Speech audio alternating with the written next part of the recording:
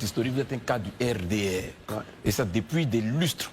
Qu'est-ce qui fondamentalement a posé problème pour que vous et un ensemble de cadres qui étaient précédemment au RDR rompez les amarres avec le président Ouattara, notamment Guillaume Soro et autres? Qu'est-ce qui fondamentalement a été à la base de la rupture?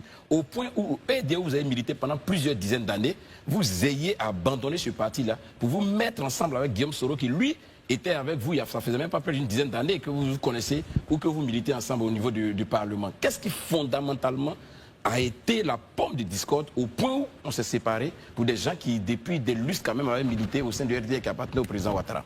On veut savoir ça, les gens veulent savoir aujourd'hui, c'est quoi la pomme de discorde? Bien, vous savez, c'est à l'image d'une famille. Vous avez un père, une mère, et puis vous avez les enfants. En général, quand on avance, les enfants sont préparés à prendre le relais. À un moment donné, nous avions pensé, ça c'est mon cas, je ne dis pas les autres, nous avions pensé qu'à un moment donné, la succession naturelle du président Ouattara se ferait avec le président Guillaume Soro.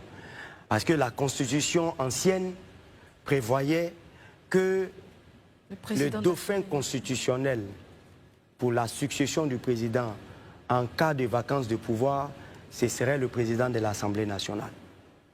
Voilà ce qui a fait que nous nous sommes mis rapidement autour de lui parce que c'est notre génération. Nous nous sommes dit que si il est promis que lui va succéder à Ouattara, c'est bon que nous, sa génération, on se mette autour de lui.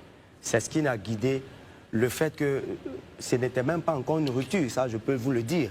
C'est ce qui a fait que beaucoup de cadres, et pas moi seulement, mais dès que la nouvelle constitution a été promulguée et que Guillaume Soro n'était plus le dauphin constitutionnel, il y a beaucoup qui se sont retirés. Nous avons continué à mener le combat jusqu'à ce que le combat prenne une autre tournure. Si vous avez remarqué, avec le RACI, nous travaillons régulièrement à l'implantation du RACI. Alors aujourd'hui, vous revenez au RHDP. Qu'est-ce qui change fondamentalement pour vous vis-à-vis de cette question? De quelle question? Celle dont vous parliez tout à l'heure. Oui, ce qui a fondamentalement changé, c'est qu'aujourd'hui, le président Alassane Ouattara, qui est le leader du RHDP, auquel nous appartenons, n'a pas encore dit qui est son successeur. Je me suis rendu compte que nous nous sommes trompés. Et ça, il faut être franc. Beaucoup à l'époque, oui, nous nous sommes trompés parce que nous nous sommes dit qu'il y avait peut-être une sorte de deal entre le président Soro Guillaume et Alassane Ouattara qui préparait la succession avec le président Soro Guillaume. Et nombreux sont ceux qui, lorsque Guillaume Soro était au Parlement, venaient lui faire allégeance. Je sais que vous, les journalistes, vous êtes tous contemporains. Beaucoup sont ceux qui ont vu les cadres du RHDP, les cadres d'autres partis politiques, venir avec Guillaume Soro. Et beaucoup ont milité dans les mouvements autour du président Guillaume Soro. C'était la succession que nous étions en train de préparer parce que nous nous sommes dit que si la succession doit se faire avec quelqu'un qui est de notre génération, il est de notre devoir d'aller le soutenir. Voilà ce qui nous a guidés à y aller, mais ce n'était pas une rupture.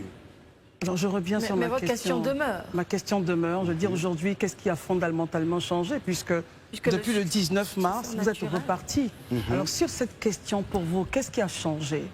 Ben, aujourd'hui, personnellement, ce qui a changé, c'est que le président Ouattara dit qu'il est candidat en 2020.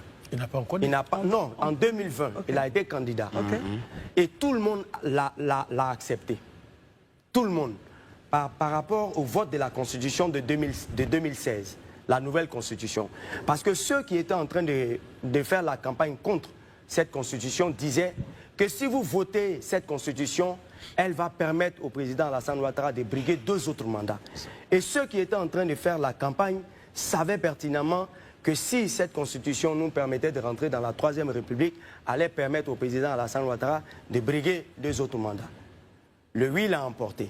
Si le oui l'a emporté, que le président Alassane Ouattara n'a pas dit que lui se retire, pour moi, ce qui a changé, c'est l'idée qui a soutenu le fait que moi, je suis allé derrière le président Guillaume Soro pour préparer la succession.